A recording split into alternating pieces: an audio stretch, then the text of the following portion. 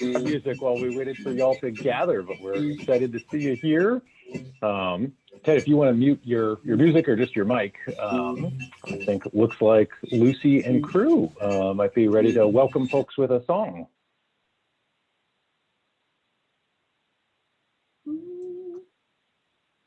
We shall not be moved. We shall not be moved, just like a tree that's planted by the waters. We shall not be moved. No, no, no, no, no, no, small vean. No, no, no, no, no, no, small vean como un árbol firme, firme junto al río. No nos moverán. The people are united. We shall not be moved. The people are united. We shall not be moved. Just like a tree that's planted by the water. We shall not be moved. El pueblo está unido, no nos moverán. El pueblo está unido, no nos moverán. Como un árbol firme junto al río, no nos moverán. United in the struggle, we shall not be moved. United in the struggle, we shall not be moved. Just like a tree that's planted by the water, we shall not be moved. Unidos en la lucha, no nos moverán. Unidos en la lucha, no nos moverán. Como un árbol firme, firme junto al río, no nos moverán. We shall not be moved. We shall not be moved. Just like a tree that's planted by the waters. We shall not be moved.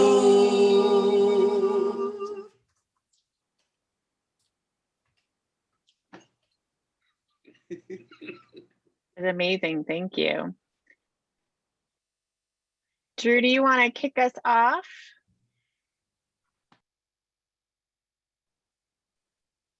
Did we lose Drew?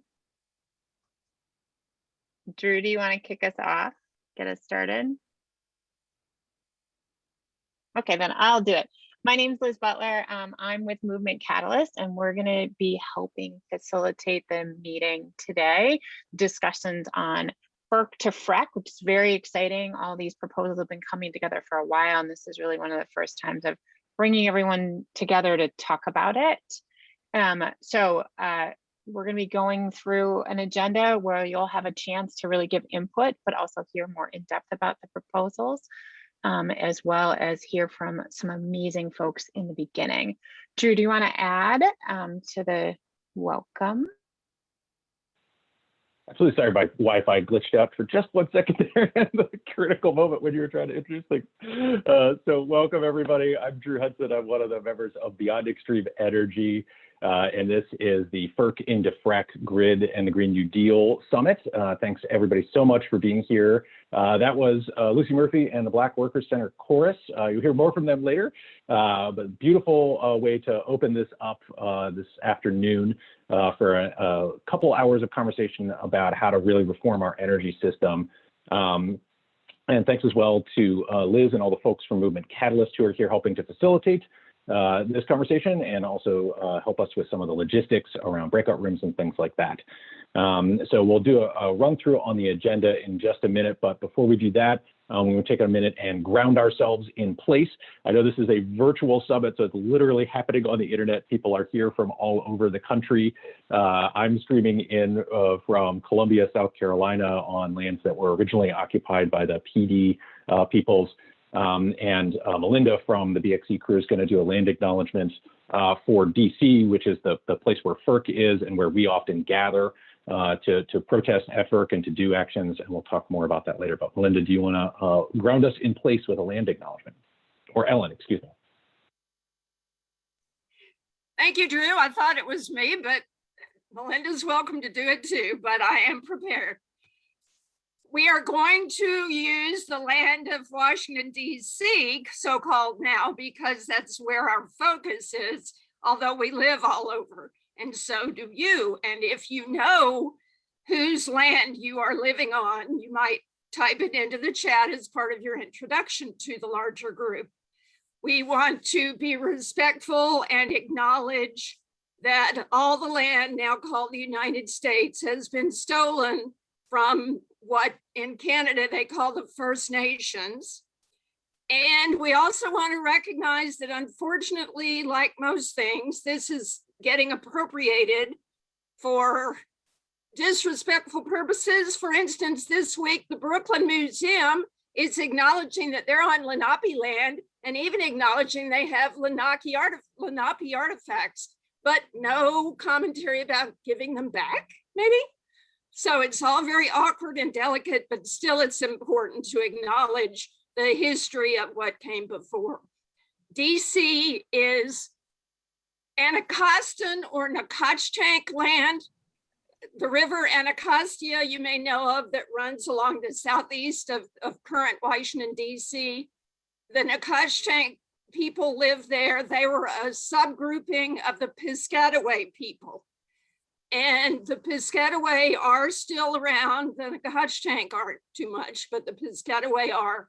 You might want to look them up. They do have people that we've interacted with and hope to in the future. So we respectfully acknowledge the land we focus on and hope for better times in the future. Thank you. Thanks a lot, Ellen.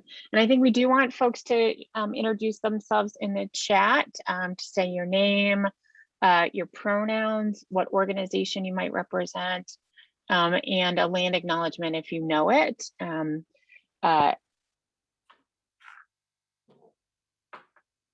So just do that really quickly. That is an amazing picture of both Ted and Drew hanging a banner at FERC to kick us off for some inspiration. Patrick, can you go to the next slide, which just talks about the quick introductions? And then now let's talk about the agenda. What are we actually going to do today?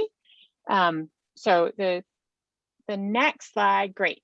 So we're already into our opening session. You got to hear the amazing song. And we're going to have another song from Lucy Murphy and the Black Workers Center a little bit later in this agenda. We're going to dive in a minute to hearing from two amazing folks in our movement, Donna and Reverend Yearwood, who are going to kick us off today as we really dig into this.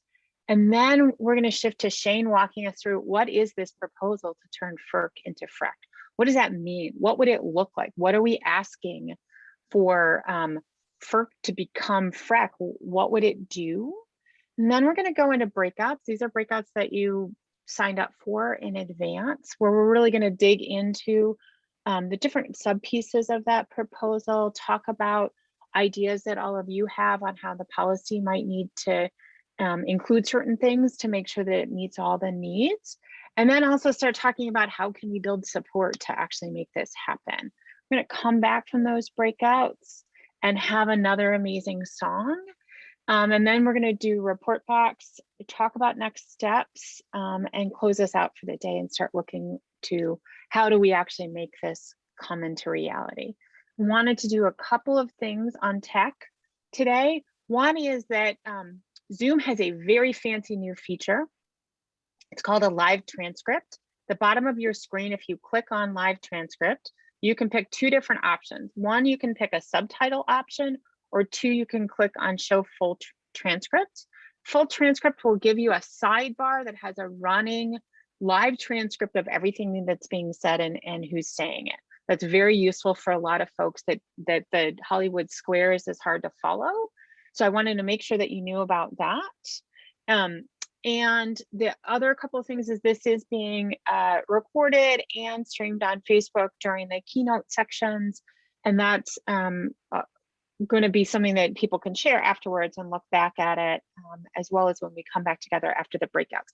The breakouts, Zoom doesn't allow you to share breakouts. It would be challenging from the tech side. So during the main session, those will be shared. Coming out of today, you're also going to be getting notes and all sorts of other things, so you don't have to worry about trying to keep track of everything that is said. We will make sure that you get those documents afterwards. But why don't we jump in to our agenda? I'm going to turn it back over to you, Drew, to introduce Donna. Great. So we're really excited this morning. We have some great folks joining to help sort of set the tone and context for why this is the great time to do FERC reform. And I'm really excited to welcome my friend and colleague for a number of years now, Donna Chavis. Donna has been a leader in environmental justice campaigns in Eastern North Carolina in particular for a number of years, and worked really closely with BXE all through the fight to stop the Atlantic Coast Pipeline. And that is one of the few projects that FERC has ever considered that we can say we definitively won. We stopped that pipeline, but not before a lot of damage was done. And it is not over yet. The fight in Eastern North Carolina and other communities that were to be impacted by the ACP are still fighting against the fracked gas industry, against industrialized farming, and against a whole host of other concerns. So the struggle very much goes on, but Donna has been a leader in this movement and a champion of BXEs and a lot of folks before FERC and other decision-making agencies. And we're really excited she's here to help set some of the context for why changing FERC into FREC and rethinking our whole energy system is really key right now. Donna, I saw you there earlier. And I'm going to make one tech suggestion. I'm going to have everyone turn off their cameras so that Donna's really highlighted while she's speaking. It just bumps her video all the way up to the front. So if everybody can turn off their camera, and we'll leave Donna's on so that everyone can see Donna, that would be amazing. Okay, I'm supposed to be on. Do you see me? I don't. Yes, we can see you. Okay, good. Oh wait, you just went away, Donna. I'm not sure why. I can see you and now I see your name. How about now? Yep, that's great. Okay. I usually have more trouble turning the mute off, and the video that usually stays put. But I thank you so much for being here today. I do want to do a little bit of a housekeeping. I am dog sitting for my daughter while she took spring break with her children, and you may hear dogs. I put them in the yard, but if the family comes back from their trip while I'm talking, you may hear some ruckus from the dogs, but I think we're kind of used to that. Animals are part of our life. And thank you so much for the land acknowledgement that you did earlier. I want to say that I come to you today from North Carolina, which is home to the largest indigenous population east of the Mississippi. I am a Lumbee, and there are 8 modern, in this modern time, there are 8 state and federally recognized Native tribal nations in North Carolina. And those are the Kohari, the Eastern Band of Cherokee Indians, Halawa Saponi, Lumbee, Meherrin, Saponi, Okanichi Band of the Saponi Nation, and the Wakamasuan. So for the historic and modern day tribal peoples, the lands of what is now North Carolina represent the sources of life. The air, water, fire, and earth all add to the value of our lives, and we are responsible for the proper care of those life sources. It is that respect we acknowledge today and work for its well-being into the future. And I will say I began with that acknowledgement because it is the rootedness in the sources of life that brought me to the environmental activism. As I was raised, I was trained that we did not own anything, that we were only to be the caretakers of what we were given. And so I believe that is still the message today that we need to live by. And it is good to be with you today and to share some of the activities that went on in North Carolina in past struggles and that continue to go on. The past 6 years have been challenging, to say the least, because we had many attacks on the natural world as one industrial scheme after the other was made known. Some of these you've heard of and some not. The big one that Drew has already referenced is the Atlantic Coast Pipeline. And frankly, we had to do some heavy lifting to get it on the national conversation, even though it was in the top 50 infrastructure top 50 national security projects that Trump had when he came into office. The Atlantic Coast Pipeline was the only one that was on it in terms of fossil fuel infrastructure. He had a special interest in that project, and it helped. It actually helped the ACP LLC to move ahead and skip some things they were supposed to do. And ultimately, that played a big part in how they were brought down. That and the activism of everyone along the route of West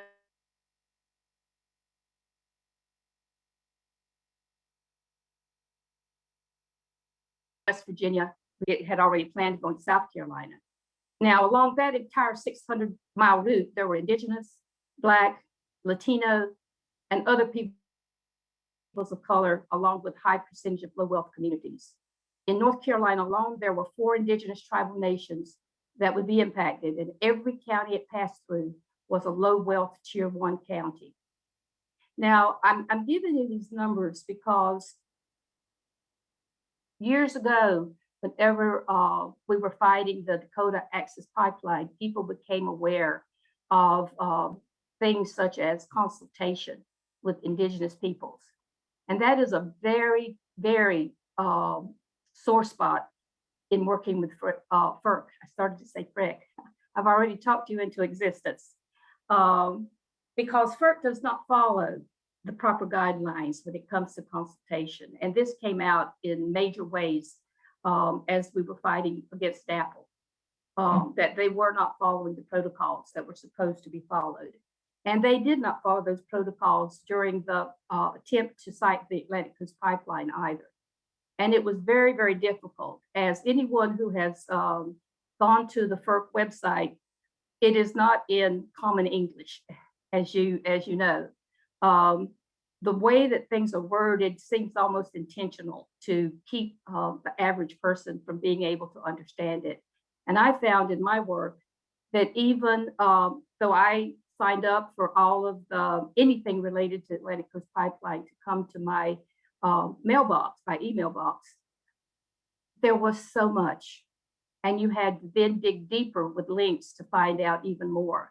So it wasn't an easy task to follow what was being proposed and how it was getting approved or not in the FERC process. In other words, FERC is not user-friendly. Now, as I noted earlier, North Carolina has the largest indigenous population east of the Mississippi River and the 8th largest indigenous population in the United States. Indigenous peoples in North Carolina make up only 1.2% of the total population, even though we are present in those statistical numbers. However, with over 30,000 potentially impacted indigenous peoples identified along the proposed ACP route, it was determined by FERC and with the DEIS that was completed, that there was no disproportionate impact. And that is a battle that we tried to fight on and on right up until the end when the project was canceled. That they could honestly say that a number as high as 30,000 people was not disproportionate just it seemed insane. And yet they kept to that the entire time. An article that was done by Dr. Ryan Emanuel entitled Flawed Environmental Justice Analyses. And I can put the link to this article in the chat when I'm finished. The reason I'm mentioning it is because Dr. Emanuel unpacks and deconstructs the process by which FERC uses or projects use to determine whether there is a disproportionate impact on many populations.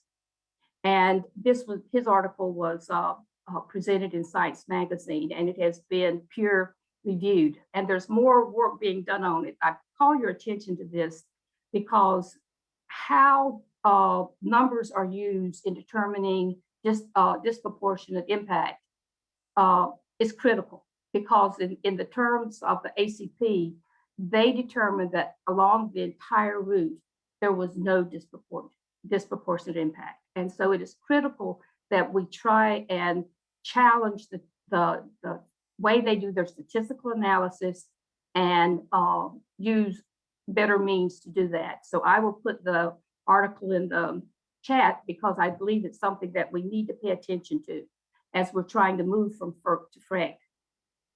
Now, as you might imagine, this was a stressful time for all of us. And we did celebrate on July 5th, 2020 as what I called Interdependence Day. One of the things that I used during my time working with communities, specifically the indigenous communities, in challenges to FERC is the United Nations Declaration on the Rights of Indigenous Peoples, or as it's known, UNDRIP. Now, a part of UNDRIP is free, prior, and informed consent, also known as FPIC, and I'll be using FPIC to refer to that. Now, the concept and practice of FPIC is critical in all of the efforts to thwart the many schemes that's trying to build polluting industries in North Carolina. The UNDRIP was approved and accepted under the Biden administration. United States was not Biden, I'm sorry. He was vice president under the Obama administration. The United States was the last country globally to approve the United Nations Declaration on the Rights of Indigenous Peoples. And while it is not a statement of law, it is common practice globally that these rights, as they're identified under UNDRIP, has been used to assert the rights of indigenous peoples to their land, to the use of their lands, sometimes for repatriation. And so it is something that we use in our efforts against the ACP because the United States is a signatory to this document, and we should hold the country accountable and FERC accountable because FERC is responsible for consultation with the tribes. And under the UNDRIP, it raises that requirement of consultation to a higher level. And as Drew said, we're not home free. We now have the Mountain Valley Pipeline, or the MVP, the Robinson Liquefied Natural Gas Facility, a proposed wood pellet scheme known as AEG facility, and a Dominion Gas and Smithfield Farms proposed factory farm gas facility known as Align RNG. And that's another area that I think we need to pay very close attention to and see how FERC handles these new forms of gas. The factory farm gas is methane, and it is going to be piped. Right now it's intrastate rather, but as Duke, Dominion, and other large energy companies are working on this particular form of methane, it will be going into an interstate process. It is frightening what they're allowing to happen in terms of the development of methane from hog waste by using digesters, swearing that it's not causing any more harm to the environment. Now, all of these schemes are proposed to reside in locations that are heavily populated by Black, Indigenous, and Latinx communities. and they could really benefit from a federal renewable energy commission. And it's no surprise that these activities have captured the eye of travel members and councils throughout North Carolina and now throughout what is now known as the United States, as we begin to connect and partner with other nations that are facing these same issues. The actions of these corporations have led to actions in the streets and in the suites, moving from protests to policies. On the national level, outside of FERC, we made use of Title VI of the Civil Rights Act of 1964 and the National Environmental Policy Act, or NEPA. And you might recall that both of these remedies that communities have, and which are really so much better than FERC, were under attack during the last administration. And under the Biden administration, they have said that they will return the strength of NEPA and the power of Title VI back to its former use. Fortunately, Title VI was not able to be undone very much, but we still have to be very careful to pay attention and preserve these remedies that we have for communities. One of the things that happened with my work in North Carolina and what we're sharing around Indian country is that in the process of fighting the ACP, the tribes became aware of how their territories were going to be attacked in terms of, especially in terms of the waterways, the rivers, areas that had never been invaded before, were still in more or less pristine sorts of conditions. And what happened was, after the ACP was canceled, we learned that Duke Energy specifically had all plans to move forward with the Robertson Liquefied Natural Gas Facility. And what was really bad was that they had already developed the land and had disturbed artifacts and had not documented artifacts and had left them in such a condition that the State Historic Preservation Office could not even begin to quantify the quality or the age of the artifacts that were destroyed. All of this was done under, of course, the rubric that this was an intrastate facility, so they did not have to go to FERC. They actually changed their plans right before the cancellation of the ACP so that they became a lesser entitled project, which then took them out of a number of permitting processes. What that did, though, was it triggered the Lumbee tribe, after all of their engagement with FERC during the battle against the ACP, where none of their requests for consultations were accepted or reviewed.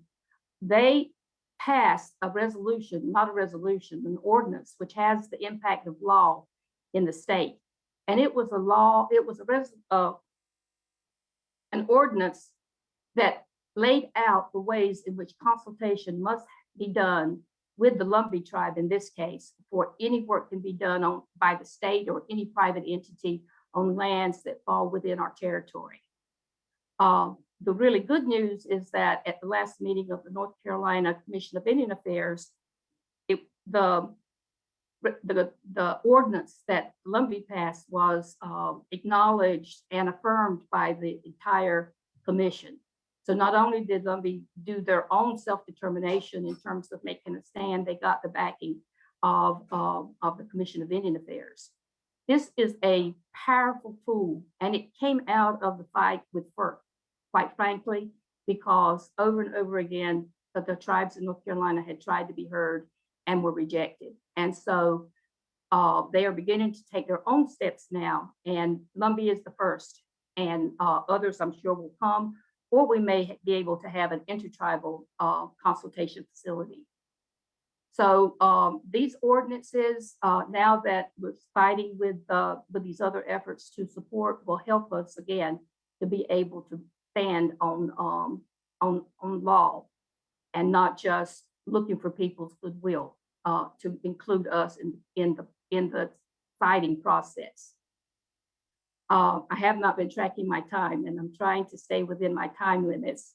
We must have more access by impacted communities through the Office of Public Participation and the new environmental justice staff.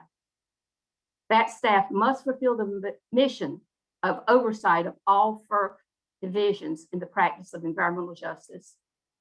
And perhaps some of those new steps can also become a part of the new FREC. While we advocate for FREC to come, we can't forget that we can't let our guard down.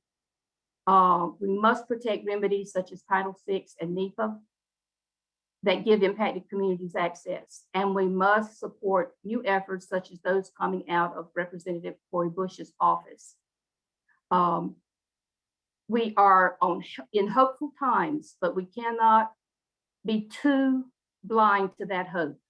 For instance, it was just announced yesterday that the Biden administration is not going to do any temporary halt of the oil going through the pipelines of DAPL, even though they don't have their permits and they've been challenged in so many legal ways and been found to be out of compliance.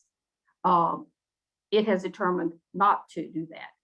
I find that troubling on many levels since President Biden made a statement that he was going to do better. He was going to do better in consultation with indigenous peoples, tribal nations in this country.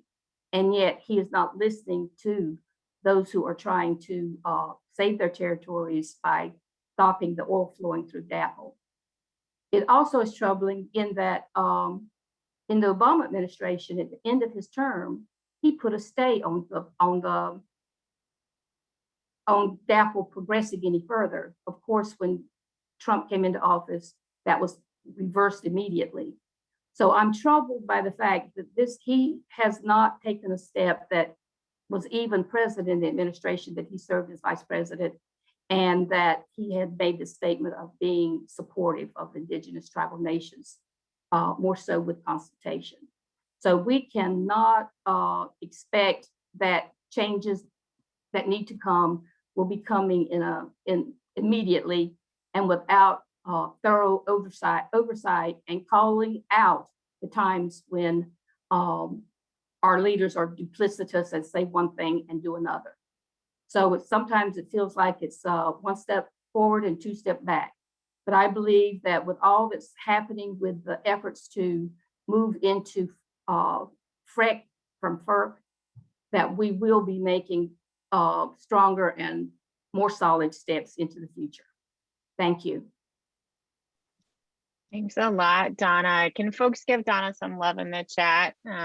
Just really appreciate Donna coming and sharing. Maybe take yourself out, turn your camera back on for a second and just acknowledge Donna telling her story and talking about all the work that she's been doing.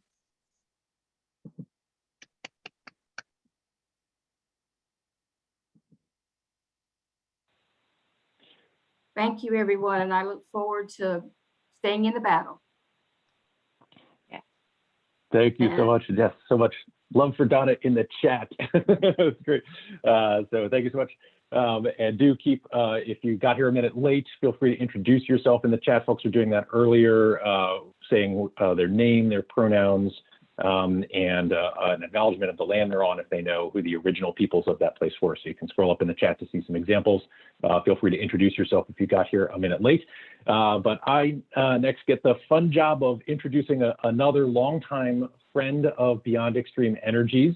Reverend Lennox Yearwood, the Rev, as some of us call him, is the founder and president at the Hip Hop Caucus. He's the host of one of the best podcasts about climate and environmental justice you can find on the internet, or if you're lucky enough to be in the DC area, I think it's on the radio too. But Rev Yearwood has been a great supporter and friend of Beyond Extreme Energies for a long time. He stood with us when we still got together in person. He came down to FERC a number of times and helped lead us in chants and song and action at the agency. And he's been a huge supporter and booster of the climate movement nationally and internationally as well. And so really excited to have Rev Yearwood with us and encourage you to turn your cameras off so his stream can get to the front of the queue, but turn your volume up because the Reb's voice is always a clarion call to action, and we want to make sure you hear it. So welcome, Reverend Yearwood. Take it away. Thank you so much. It's an honor to be here with you. I'm actually going to let me just do this. Okay.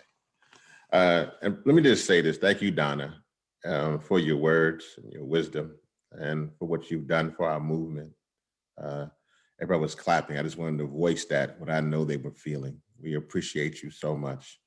And for my dear, dear sister Lucy, literally, you and the choir, your voice, we can't do this without being grounded in a way that helps us to not forget about our own humanity in this process. So I want to thank you and all of you, all my friends who I see.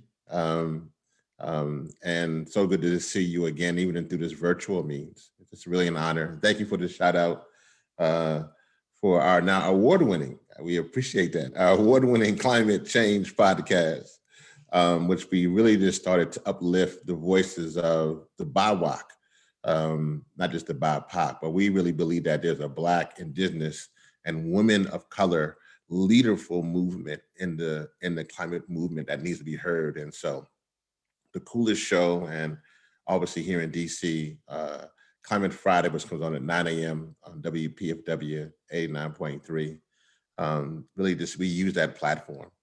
So let me just get to this. I think, you know, the conversation where we are now is that we are grateful. I was talking with my dear brother Ted the other day, and we are grateful because elections have consequences. And so we're having a very radically different conversation because of that. And that's what's the first and foremost. And we should know that this conversation that we are going to be having throughout the day will be connected and must be connected within the electoral process, because even though we had some wins in the last electoral cycle, it is clear by the tenor of those who are pushing climate denial or climate delay or climate dilution. Those folks are still right around the corner, and they work for FERC, the Federal Energy Regulatory Commission. And so we should never forget that literally the folks that we're still dealing with are in the agency that we're trying to transition. And so, you know, as we get forward, a strong part of the work, and I just want to say the BXC, shout out to y'all too. Y'all have just done great work as well. But we should have so in the follow-up conversations for the day, an electoral strategy should be continued. There's also a racial conversation. We wouldn't be in this moment if it hadn't been for the racial reckoning that took place last year as well, as we're still seeing now in horrific fashion with the George Floyd trial and things that happened to Breonna Taylor, Ahmaud Arbery, and just unfortunately too many names to name because of state-sponsored violence in this country, particularly against Indigenous, Brown, and Black people. And so that also had an awakening that helped our movement to value our movement, that now allows for this president now to discuss environmental justice, to create things. But as Donna mentioned, there's still a long way to go. The administration still has to be pushed. And so this conversation is simply that. How do we get FERC, the Federal Energy Regulatory Commission, to become FREC, the Federal Renewable Energy Commission? How does that happen? That's our conversation that we just need to have. We need to also keep it simple. I think sometimes in the movement, we're not as good at storytelling as we need to be. And so sometimes we just don't make it plain, make it simple. And so that needs to happen. So let me start there. I want to start with there with the FERC and the mission of what it means to go to FREC. And then I just want to simply end on the reason why we have to do it now. And so first and foremost, I just want to just get into the fact that what we're asking for to transition from FERC to FREC, the Federal Energy Regulatory Commission. I just want to say that because some people who are listening to this may not know. So we just want to make sure they understand. To the Federal Renewable Energy Commission is that the way that FERC was created, it was initially the FPC, which was the Federal Power, I believe, the Commission. It was first created back in 1920. And so we're not asking for something that hasn't been done before. And we know that that continued. There's a many of litigation that continued to prop up how the FPC, as it was called back then. And then we also know that when the oil crisis, so to speak, quote unquote, oil crisis came about in 1973, it was the creation of the Department of Energy. And at that point in time, they transitioned to say that there was a need for a regulatory body. And in the need for that regulatory body, there was a need to then create FERC, the Federal Energy Regulatory Commission, to almost give an eye on, it's radical now, because they definitely haven't been doing that, to keep an eye on what was going on so that we wouldn't approach a crisis like we had back in 1973. So then FERC was then created and fully established by 1977. And these are rough dates, and I don't want anybody to say there was exactly this date or that date. Sometimes our enemy will try to do that, but it was always clearly around these time frames that FERC was created, and it wasn't a part of the Department of Energy for a reason, because of the regulatory nature of the process. Clearly, that has not happened since then. And in the 40 plus years later that FERC has been created, the regulatory part of it, which is key to environmental justice, because environmental justice is literally ensuring that the enforcement and regulation of laws are equal for all of us as Americans, particularly for the most vulnerable in our communities. That is environmental justice. And so the core of what environmental justice means, FERC did not uphold that. And so literally they have not done their mission. And so what we are now calling for is, because FERC did not do its mission and had not done its mission, and has become a revolving door for exactly the ones who created the oil crisis and the climate crisis that we're in, that we are now saying that that FERC has to be reformed and reestablished. And a name is critical in that process, that a naming of the institution, which has been done before. Again, in 1920, the FPC, the Federal Power Commission, which then became FERC in 1977, would simply say that in 2021, the time for FERC is now to reestablish that agency to be one that can deal with the climate crisis that we're in, as well as the regulatory nature of putting forth renewables front and center, where we need to be now in the 21st century. And so that is where we are. That is clearly where we are in this conversation. And there are many things that go along with that. And let me just state that. One, as I mentioned before, is the creation within FREC now, the Federal Renewable Energy Commission. In this new body, this body would have a clear mandate for environmental justice and a just transition, which was not done, as I mentioned before, by FERC. They did not go against, they did not follow their mission. And so as Americans, no matter where you are, Republican or Democrat, the mission of the agency that was created as an auxiliary to the Department of Energy did not follow its mission. And because it has not followed its mission, needs to now be reformed to follow a mission that can protect all of Americans and ensure that all of Americans are front and center with FREC. And so ensuring that an environmental justice and a just transition mandate needs to be part of this new institution, including community involvement. It is clear that, again, FERC did not follow its mission, that it was established in 1977, and did not follow the mission of dealing with the initial oil crisis, and then now the impending, which obviously contributed to the climate crisis that literally is here, that is putting forth harm to not only us as Americans, but all of humanity.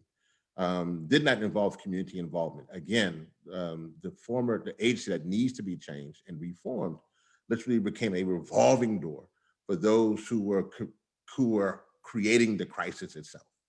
And so that needs to be done. And then clearly, there's a clear need of renewables will be defined by the Federal Renewable Energy Commission as wind and solar, moving water, clearly, and the commissioners of FREC will have at least some type of past experience in support of renewables and be free of conflicts of interest, which was clearly a problem with FERC and other entities that are in collaboration with those who are creating the crisis itself.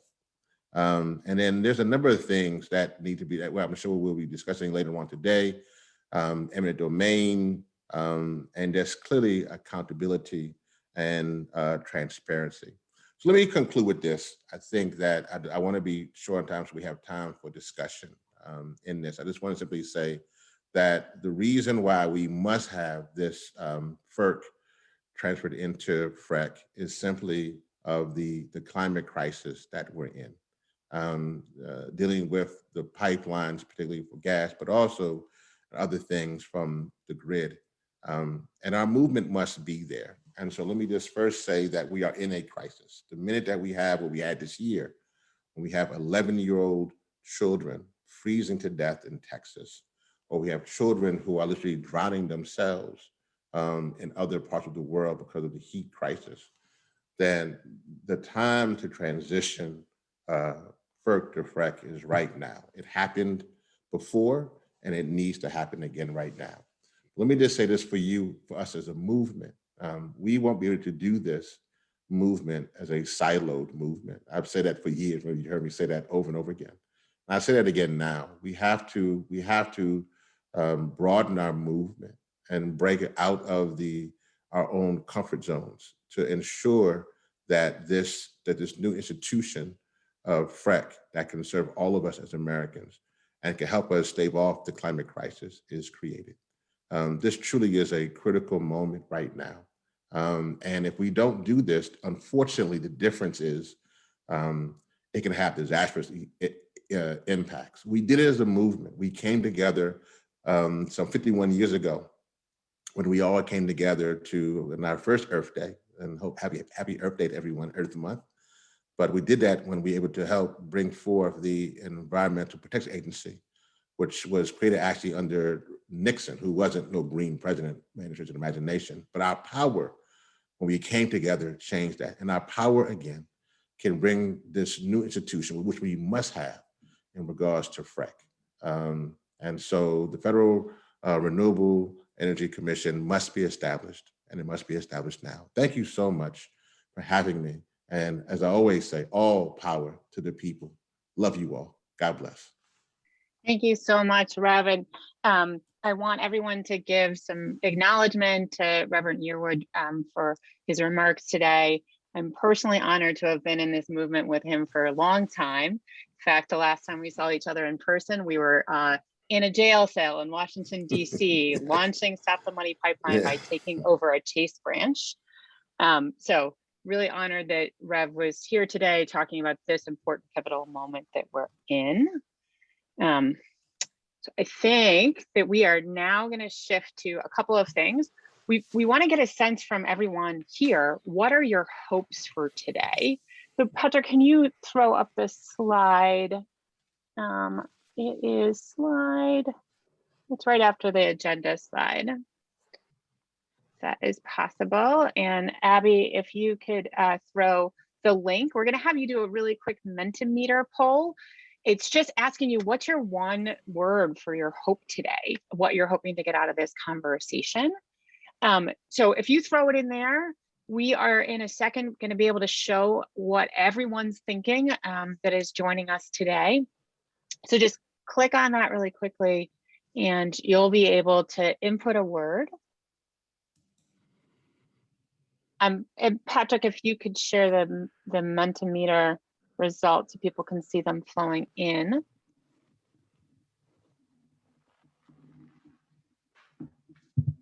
And Abby shared the link. And folks should turn their camera back on. We're going to be having more of a direct conversation. And let's see if the word cloud is coming up. Might need a different link.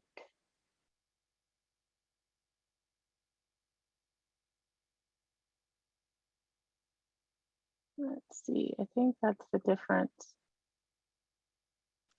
There it is. If folks can see it, go back to the word cloud of what folks are putting in about what they're hoping to see today. You can see on there that people have inspiration, justice, vision, working for change, strategy, greater direction, crisis mitigation. Can see that folks are really hoping for knowledge and power out of this conversation. Networking, we're all learning how to do virtual networking in our current situation. Clarity about the FERC to FERC campaign. So I think it's a great grounder as we move into Shane really sharing what exactly does it mean. Like, we've set up the stage for what is it that we need it. The Reverend and Donna explicitly stated why we need it. Now we're going to move into a discussion of what does that mean? What does it look like if we make this new agency? Shane? Cool. Yeah, let me switch into my screen.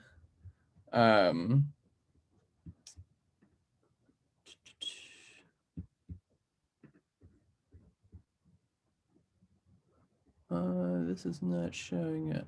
Hold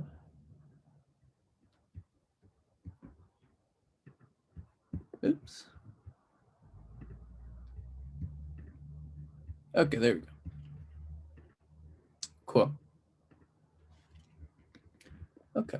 Can folks see? Great. Yep. Okay, my name is Shane. I use he, him pronouns. I'm with BXE. And so what we've talked a little bit about already, we're going to go down deeper into the details. And, you know, I chose for the theme of this presentation, going into the depths, even though that this is technically a summit, it's a little less conquest oriented here. And so, yeah, we're going to go over some of the problems with FERC as it stands. I'm going to sort of do a whirlwind tour in that regard, because you can really spend a lot of time, and we want to get to the details here. So we're going to talk about FERC, we're going to talk about the campaign so far, and then we're going to talk about proposals that BXC has for this idea of FREC. All right, so if you're not familiar, Beyond Extreme Energy started in 2014, and it's this network that sort of formed of a bunch of different people who are doing a lot of frontline organizing in their own communities, and sort of identified that this sort of backwater agency that no one had heard of, FERC, was sort of this linchpin institution that we all were fighting. And so people, you know, came together as BXC in order to focus directly on FERC, because frontline groups were mostly focusing on their own localized fights. And so we really saw FERC, because it does all of the permitting and regulatory stuff around any fossil fuel infrastructure that crosses state lines, is really core to the movement for climate justice and a just transition. So I'm going to go into why FERC sucks. And while I'm going through it, if you know something I'm going through relates to your experiences, you can throw a frowny face into the chat, but I won't be able to see it because I'm going to be whipping through this. Cool. So the first thing is that FERC is well known to be a rubber stamping agency for the fossil fuel industry. There's a lot of data on this, but probably the most cited one is that from 1999 to 2017, FERC denied only 2 out of 400 pipeline applications, and neither of them were denied for environmental reasons. They were denied for market reasons. So it's really not regulating much. Another common instance of FERC's corruption is that it's got a revolving door where both staff and commissioners coming from the energy industry that it regulates, working at FERC, and then going back to the industry after they're done. So this one is a little bit more specific, but the return on equity for pipeline developers specifically is 14%, which is a lot higher than the returns that are guaranteed for other utility projects. And so what this basically means is, like, when people are building pipelines, they're guaranteed a higher profit margin on that investment of building that infrastructure. And so this encourages the expansion of those fossil fuel markets in infrastructure way past what is necessary. FERC is funded not through tax appropriation like most government agencies, because it's technically an independent agency. So it's funded through application and industry fees, which creates basically a funding loop in which they rely on the industry which they are supposed to be regulating. So this is a big one. In 1978, Congress ordered FERC to create the Office of Public Participation, but they didn't fund it for like 40 years. And so this is something that, now that there's a new wave of internal reform at FERC under Chair Glick, there's been waves in terms of this actually being funded, but for the vast majority of FERC's existence, this was unfunded, and there's never been a way for like the public to really intervene or comment in any meaningful manner. People would have a monthly meeting, the FERC commissioners would have a monthly meeting, and then people would stand up and try and say, well, this is being built in my community and yada, yada, and then they'd just be hauled out. And so BXC actually, for the first 2 years of its existence, spent a lot of time just disrupting those meetings and sending people to stand up and getting hauled out, as Ted is doing here, although I think that's a Senate office. So another aspect is that construction actually begins before permitting and appeals are actually all the way complete. And so in about half of the cases, FERC is still supposedly going to hear your appeal, but they begin construction in your community or on lands. I mean, a lot of this new data is coming out of the House Committee on Oversight and Reform, and Congressman Jamie Raskin's been really important in bringing to light a lot of the information we have around FERC and eminent domain. And so this is a little bit of data on, of the last 20 years, FERC has seen a little over 1,000 applications for, justifying building new infrastructure and saying it's convenient, that it's a necessity. But they've denied only 6 out of that 1,000. So everything is necessary.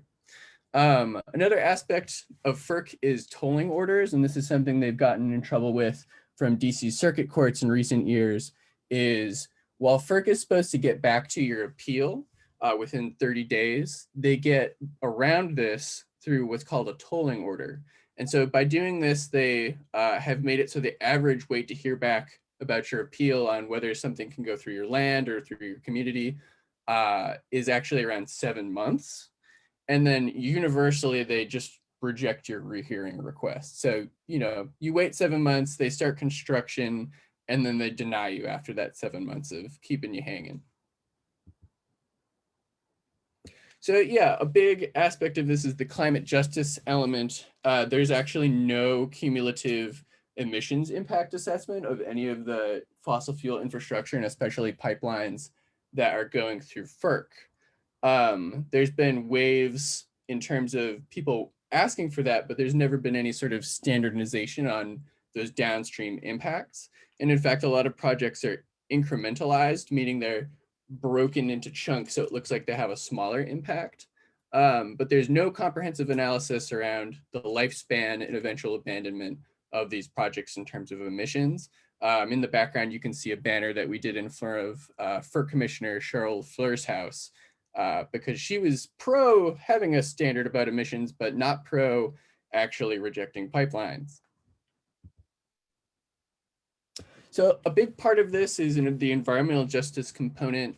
Obviously, everything about public participation at FERC is BS.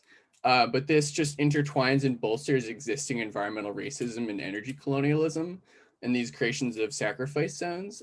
So it's much more likely that communities of color and indigenous lands are the sites of these polluting facilities and fossil fuel infrastructure and have fewer resources in which to fight back.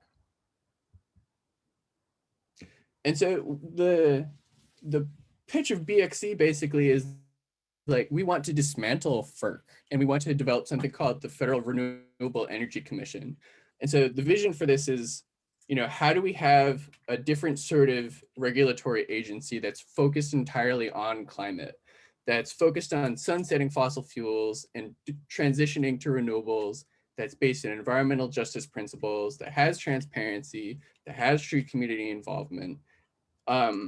And we don't see FERC as able to be fully reformed. So we'll get into that. So the campaign launched in April 2019. As we've seen the photo earlier, this is the FERC awning. Ted and Drew from BXC scaled the awning and occupied it for about 6 hours while FERC was having a commissioner meeting. And here's a close-up of their banner. We should have made the banner bigger. Oops. But it's, the launch of our campaign is this direct action with Federal Energy Regulatory Commission, no. Federal Renewable Energy Commission, yes. So from there, we started writing the broad strokes of what FREC would look like. What is this idea, this vision? And that was the FERC into FREC statement, and 241 organizations signed on to that. Bernie Sanders, Elizabeth Warren, and Howie Hawkins, who were then running for president, also declared their support for the idea of FREC.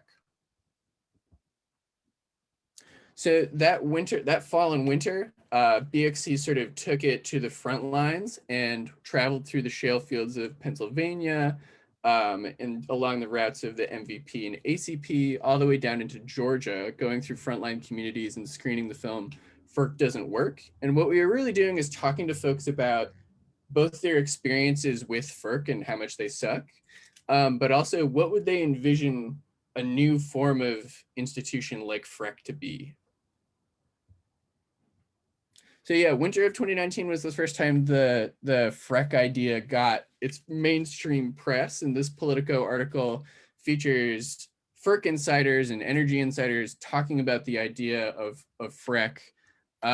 They're not happy about it. They, I wouldn't be either if I was trying to be dismantled.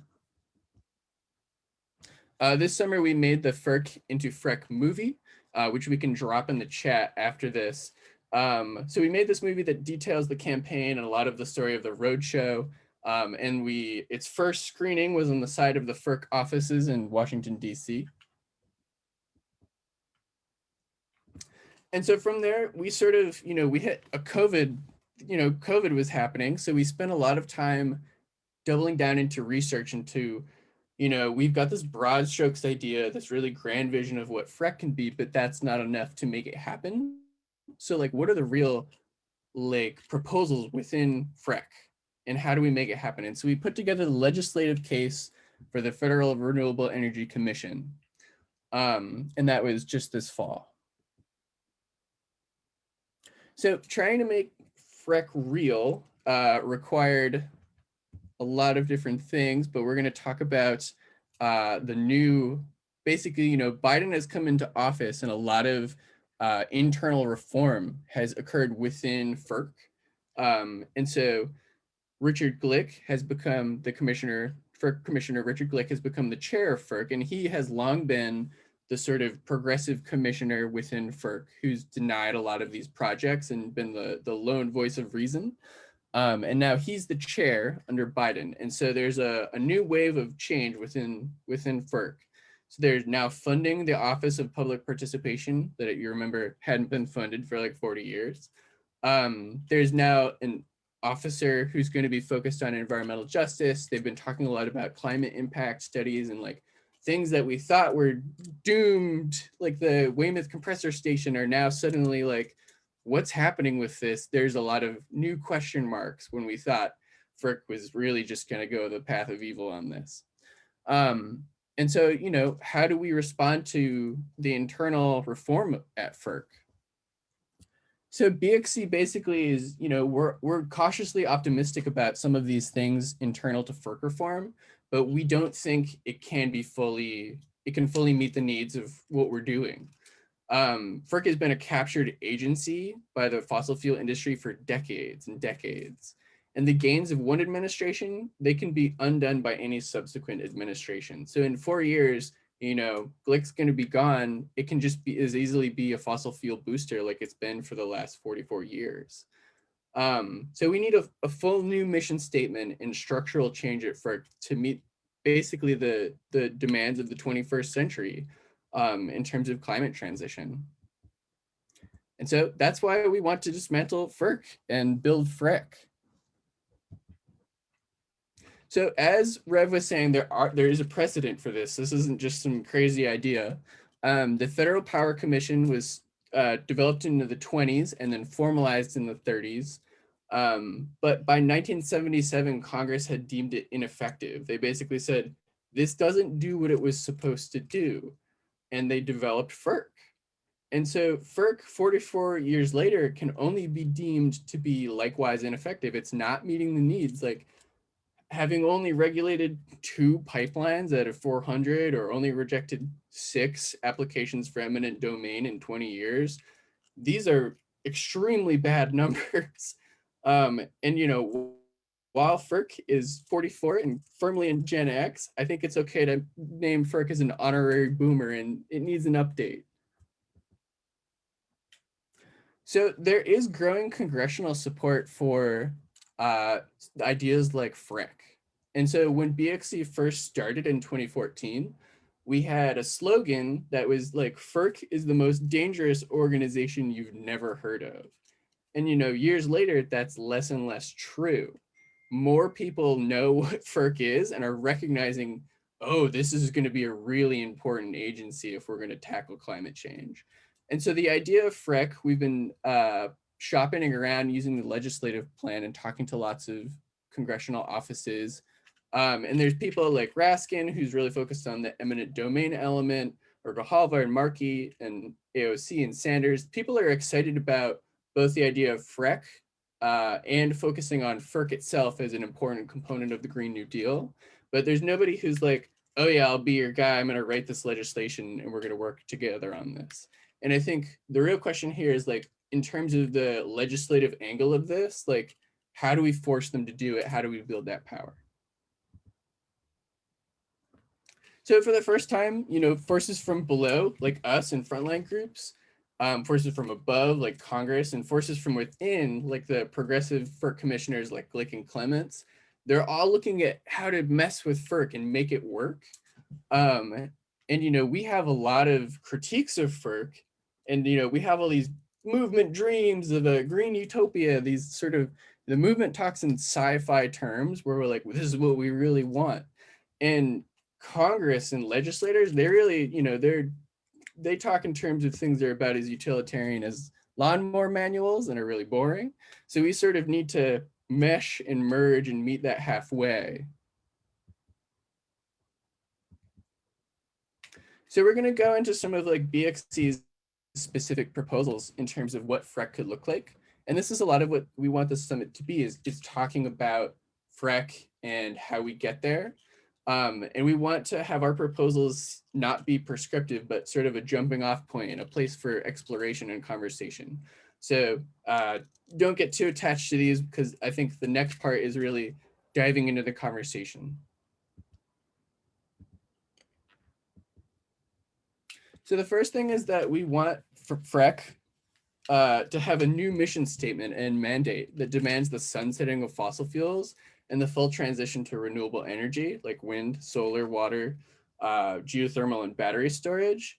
And so there's controversy within the environmental movement, but for us, the definitions of renewables are, we don't think anything that needs to be burnt or incinerated is a renewable, and we don't think anything that has byproducts that can't be reused is renewable. And so that excludes things that a lot of like politicians sort of put out as a false solution, like nuclear or natural gas, but it also sort of excludes sneaky things like hog waste methane, or like incineration or biomass that, get sort of bundled into the term of renewables. So we want there to be a cumulative climate impact statement. It's ridiculous that there hasn't been one. How is that possible? And a lot of the critical attention of FREC in terms of this transition would be attention to transmission and battery storage. We want to end the revolving door. So we want, FERC commissioners or FREC commissioners and staff to be drawn from the renewable energy sector and environmental organizations and not the fossil fuel industry. We want there to be a national offshore wind transmission plan. And this is something that Biden's most recent plan has also reiterated. One aspect of FREC is that we want an Office of Decarbonization and Abandonment. This is actually a really big issue and would only become more so as the plan to sunset fossil fuels became more real. We don't think net zero carbon emissions is a real goal because it just completely ignores how emissions work. We want 100% renewable energy and real decarbonization. And so this office would be tasked with sunsetting and the proper abandonment of fossil fuel infrastructure. A lot of abandonment stuff is actually a large source of emissions and has a really disproportionate impact. Like siting has disproportionate impact on communities of color and indigenous lands, it would have the same impact in terms of abandonment. So that really, really needs to be addressed. So FREC would support community-based renewable energy projects, whether that's like municipal level or like down to the household, in the form of distributed energy resources or DERs as they're called. But these need to be aggregated and able to compete in the wholesale power markets. And so that means a lot of shifting in terms of both grid and market. And that would be creating a more decentralized and resilient grid system. So one of the biggest aspects that we've been talking about, and certainly if you've dealt with FERC, this is what you feel, is their complete lack of community, participatory, democracy, anything. So any new projects, whether they're renewable or they're renewable, but they need to have wide publicity, open public meetings, and proceed only after a clear majority of support has been attained through community-wide referendums. And these companies coming from outside need to have a relationship with the community that extends the project's lifespan. It can't be a one and done like it is with these fossil fuel companies. As part of mitigating any ecological and social impacts of new renewable projects, these companies would have to divert ongoing funds to communities and earmark them for ecological restoration and local development. And this also extends to impacted landowners and indigenous and POC communities who would receive ongoing equity or funds from these projects. And this is a way to sort of build back the democratic power over the grid and energy system. So a big aspect of what we want this new transition to include is infrastructure must be entrenched in local communities. And the best way to do that in our eyes is to have community ownership models. And that can be things like consumer co-ops or worker-owned co-ops or ESOPs, with a higher priority given to unionized workforces in bids for construction and ongoing work. So building a green economy is part and parcel to the idea of FREC. So the environmental justice analysis, and this is a really big thing because, the internal reform at FERC is talking about EJ, something we never thought we'd heard. And even Biden is putting together this team, but like, it all feels superficial and like they don't know we don't know what they're going to do. And I don't think they do either. But what BXC is suggesting is that we develop for FREC an environmental justice analysis that would be applied to every proposed new energy project. And so this would be a way to evaluate the potential structural violence resulting from new projects using an intersectional understanding of power. And so this includes things like energy colonialism and environmental racism, but also gendered violence like the violence surrounding man camps during the construction phase of a lot of these projects. And so FREC would also address past and current forms of environmental justice through things like reparations. And reparations, while considered radical in a lot of circles, is becoming more mainstream. Like places like Chicago are starting to implement ideas around reparations for redlining, so that this isn't just, you know, something from the far left at this point. We also want to propose that FREC have an Office of Indigenous Relations to ensure full and transparent input and agreement from potentially impacted Indigenous nations and peoples before any permitting occurs.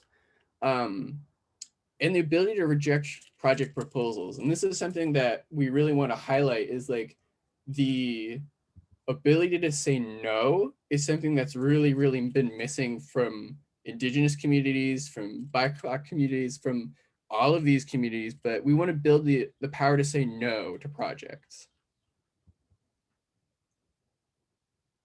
So another aspect that Donna was talking about also was their websites, you know, the FERC website sucks. Trying to get information out of them sucks. We want to have more transparency and public access to user-friendly documents and data. But we don't just want that. We want the ability to access supportive specialists who can help people interpret and utilize that data. Like if you're just, you know, going about your life and now there's a project in your community, you don't have the time or energy to understand, like, you know, the giant amount of data from the energy grid. You need like support from this institution to do so. And the last and most boring one is FREC would be appropriations funded through the normal tax system. It doesn't make any sense that it would be funded from the energy sector that it was meant to oversee and regulate. So with that, that ends the BXC's like, you know, sort of starting points and ideas on what FREC can look like. And we were going to jump into these breakout groups. I don't know if Liz, you want to get in here now, or if I should go into this. I can go into the breakouts. Cool. If you want to stop sharing that screen. Patrick, can you share the slide on the breakouts really quickly? So the thing about agency is there's a lot of information that has to flow from it. So the thought is, let's actually dive into a couple of the pieces. So when you registered for today, you picked one of these breakout groups. So you'll be moved into the breakout groups, either environmental and a just transition, community involvement, renewable energy and battery storage, accountability, transparency, data, and land theft, aka eminent domain, but land theft is the best way to think about it, because that's really what they're doing. They're stealing people's land and giving it to the fossil fuel industry to make profit and destroy communities. So we're going to move you in a second. Before we move you, I wanted to go over some of the just community agreements that BXC uses in meetings, and we're encouraging folks to do that and use them while they're in their breakout group. So let me, Drew, do you maybe want to name them out loud? I know they're something that BXC uses a lot. Yeah, so these are sort of common agreements. You may have seen them in other groups too, but BXC has been working together as a mostly all volunteer collective for a number of years now. And so we found these to be some helpful kind of ground rules or agreements we make with each other to keep our conversations open and accountable as we do them. So I'll just briefly run through them, and then when you get in your breakout groups, we encourage you to think of these or remember these for when you're working in groups with people. The first is to move up and move back.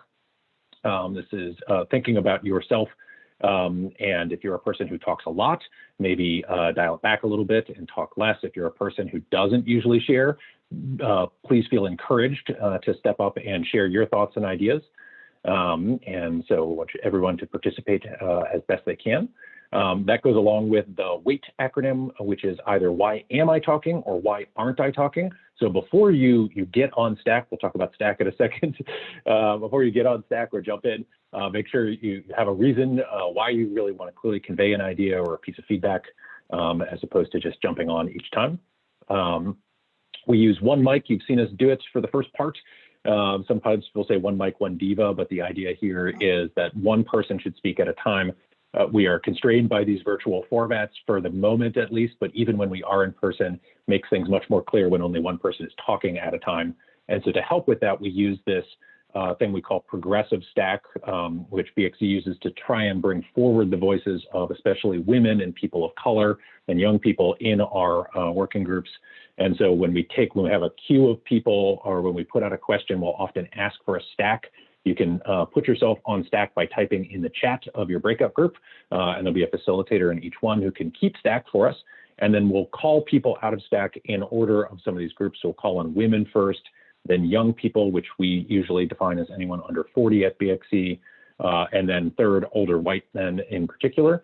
And BIPAC individuals are always welcome to jump on stack or kind of break the queue, especially if they have responses, but just in general as a way to try and make sure that we lift up the voices of folks who are often last heard or least heard in our conversations. And last one, just sort of general good piece of advice, make sure when you're offering feedback or contributing in the small groups that you land the plane, actually get your idea out and aren't just sort of verbalizing or thinking or talking a lot like I'm doing right now as a demonstration. So make sure you get to your point and try and get there concisely if you can. So those are our quick ground rules. Folks may have other ideas and we have some specific questions to dig into in breakout groups, but keep those in mind as you participate throughout the rest of the afternoon.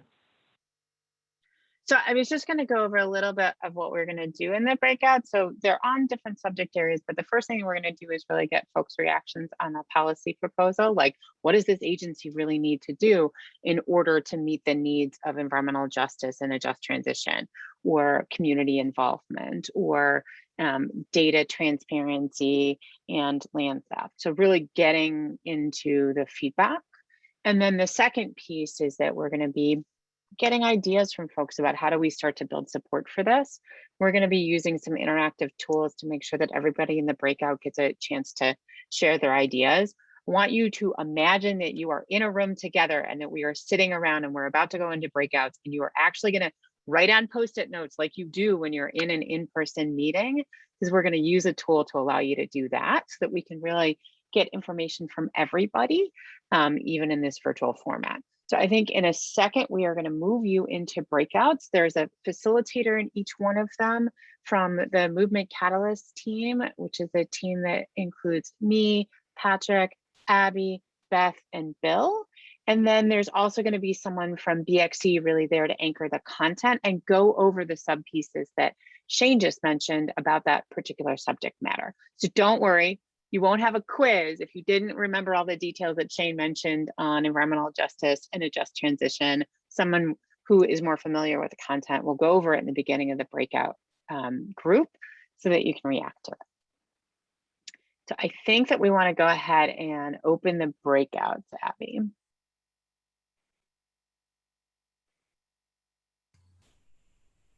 Okay, I just opened all rooms.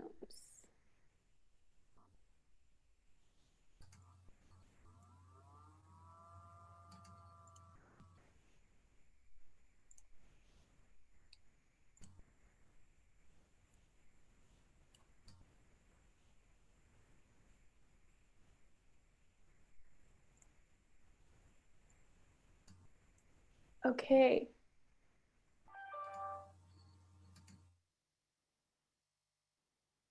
I still see lots of people here.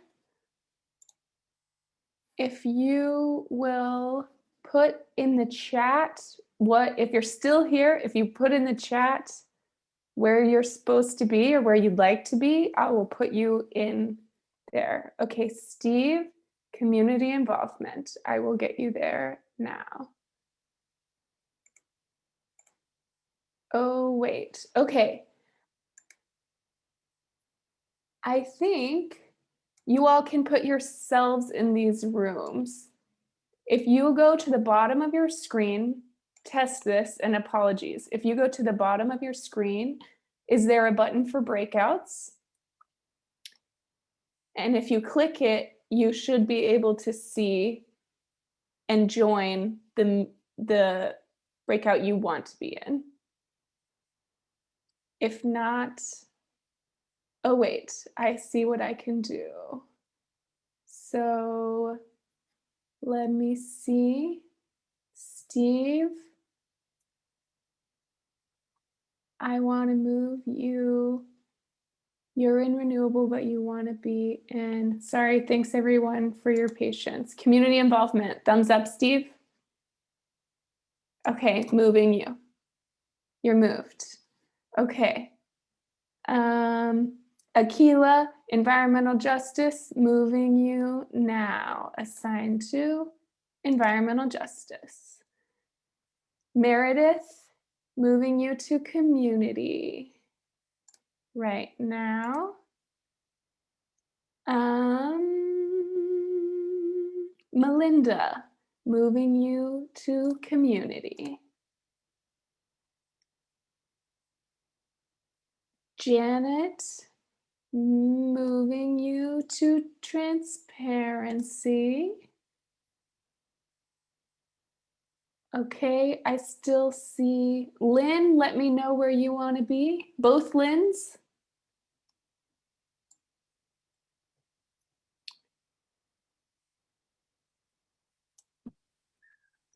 This is Bill Limpert.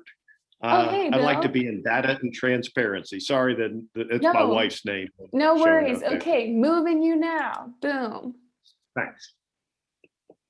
Oh, sorry, Lynn Shaw. The names of the groups are Environmental Justice and a Just Transition, Full Transition to Renewable Energy and Batteries, Community Involvement, and Land Theft, Accountability, Transparency, and Data.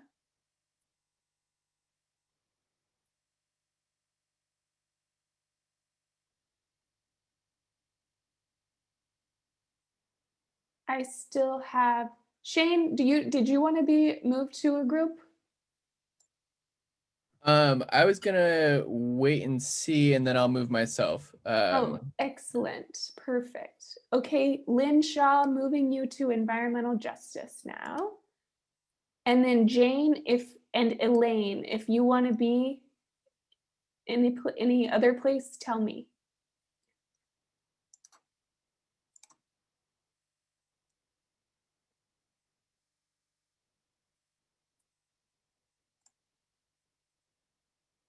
Okay.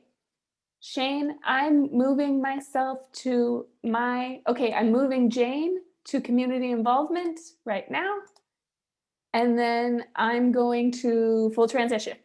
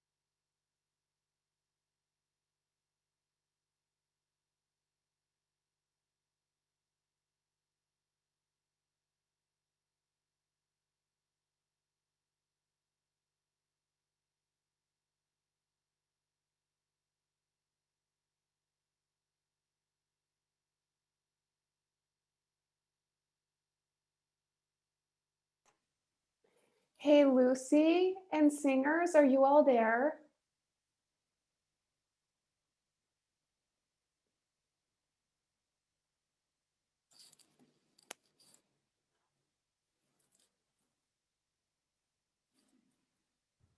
I haven't heard anything. Okay, they messaged Liz and said that they were rejected by the Zoom. But I obviously still see their little square. So I'm gonna give them a call. Yeah, I had a similar problem where I got into a breakout group, but it was totally muted, so I left it. But I don't know Oh no. the deal with that. But that's fine because I'm coordinating. I'm happy to hop in, but yeah. Like the whole group was muted? Or like the whole room was muted? Yeah, just nothing was happening. So I was like, maybe I'll leave and come back, and I couldn't get back in, but I don't know. Hello, this is Lucy, and we're Hi. here. Okay. Can you hear us? We can Yep. hear you, yes. Yeah, just Hi. nothing was happening. So I was like, maybe I'll leave and come back, and I couldn't get back in, but I don't know. Hello, this is Lucy, and we're Hi. here. Okay.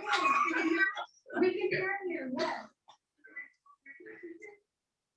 Yeah, just I hear your echo, or like I hear you getting the sound very late. Is that Oh, how Oh, yeah, sorry. Let's see. I'm sorry. We Abby, yeah. say that again because we didn't hear you. I hear your Turn that off. Abby. there we go. Okay, I was hearing the sound come to you very late. Yeah, And I'm now- sorry. That's No, because no, we no, had no. another computer on. We have Facebook on one computer and we have Zoom on another. Yeah, but I only have Liz's telephone.